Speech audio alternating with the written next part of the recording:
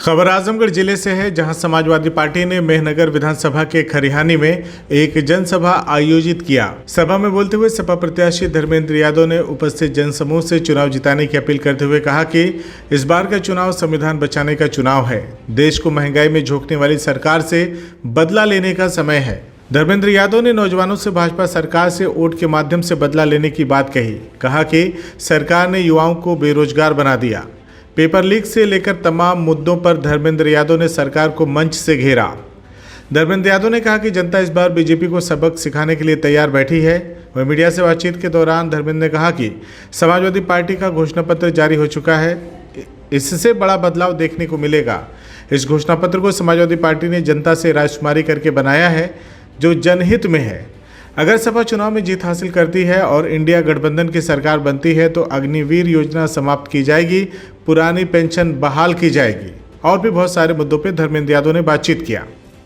अभी हमारे साथ समाजवादी पार्टी के प्रत्याशी धर्मेंद्र यादव जी हैं और मेहनगर में अभी एक जनसभा हुई है और यहाँ पे बहुत सारी भीड़ उपस्थित है। तमाम नेता आपके पार्टी के यहाँ मौजूद हैं। क्या संदेश मिल रहा है मेहनगर से? मेहनगर के लोग इस बार बड़े वोटों से जिताएंगे और जिताने के पीछे कारण भी हैं। जहाँ जमाली साहब का साथ मिला है वहीं लोग बीजेपी की सरकार से भी हिसाब किताब करने की तैयारी में है, क्योंकि 10 साल बहुत कुछ चला लिया जुमलों के दम पे। अब जुमले नहीं चलेंगे, अब जो लोग काम किए वही चलेंगे। आप अपने हर स्टेटमेंट में जमाली साहब का नाम ले रहे हैं क्योंकि अब आपके साथ हैं, तो क्या मानते हैं कि जो 22 में हार मिली थी यही सबसे बड़े कारण थे? नहीं, वो एक बहुत बड़े कारण थे और उनकी लोकप्रियता को सच्चाई से स्वीकारना ही एक अच्छे इंसान की भी जिम्मेदारी, दायित्व है। और मुझे खुशी है कि उनके आने से निश्चित तौर पर हमारे चुनाव को बहुत मजबूती मिली है और उनके न केवल मेरे चुनाव बल्कि आसपास के इलाकों में भी माहौल बना है।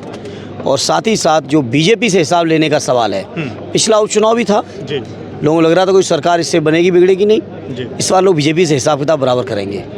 तो आज समाजवादी पार्टी के जो राष्ट्रीय अध्यक्ष हैं उन्होंने घोषणा पत्र भी जारी किया है। उसमें 2 मुख्य बातें हैं। पहली, अग्निवीर योजना समाप्त करेगी, समाजवादी पार्टी करवाएगी अगर सरकार में आती है। दूसरा, उन्होंने कहा है कि पुरानी पेंशन की बहाली होगी।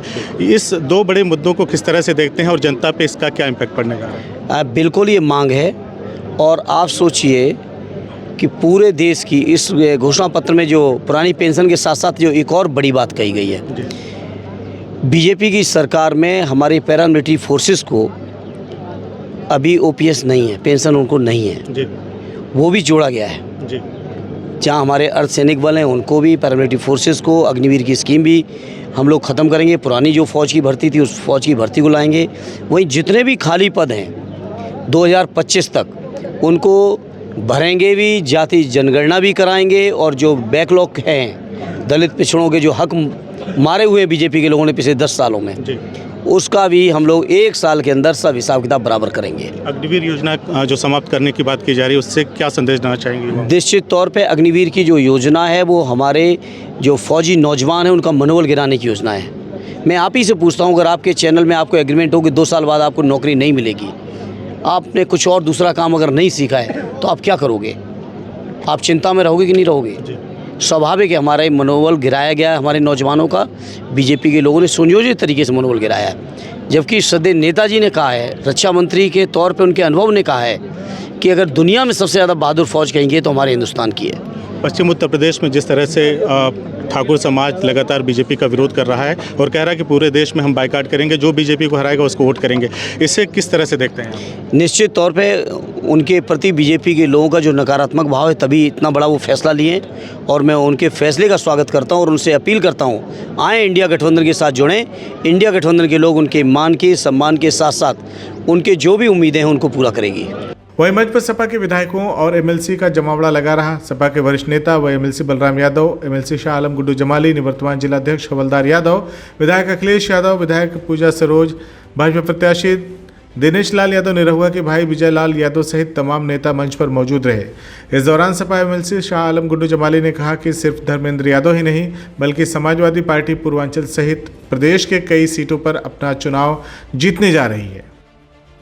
इस वक्त जनता ने अपना मन बनाया हुआ है और पूरी तरीके से आजमगढ़ इंडिया गठबंधन को वोट करने जा रहा है। सिर्फ इसी सीट पे नहीं, दूसरी सीट पे भी, लालगंज में भी और पूरे पूर्वांचल में आप देखिएगा कि इंडिया गठबंधन जीतेगा। CIB इंडिया न्यूज की सभी खबरों को देखने के लिए लाल रंग की बटन को दबाकर चैनल को सब्सक्राइब जरूर करें, घंटी जरूर दबाएं ताकि हमारी सभी खबरों के नोटिफिकेशंस आप तक पहुंचते रहें।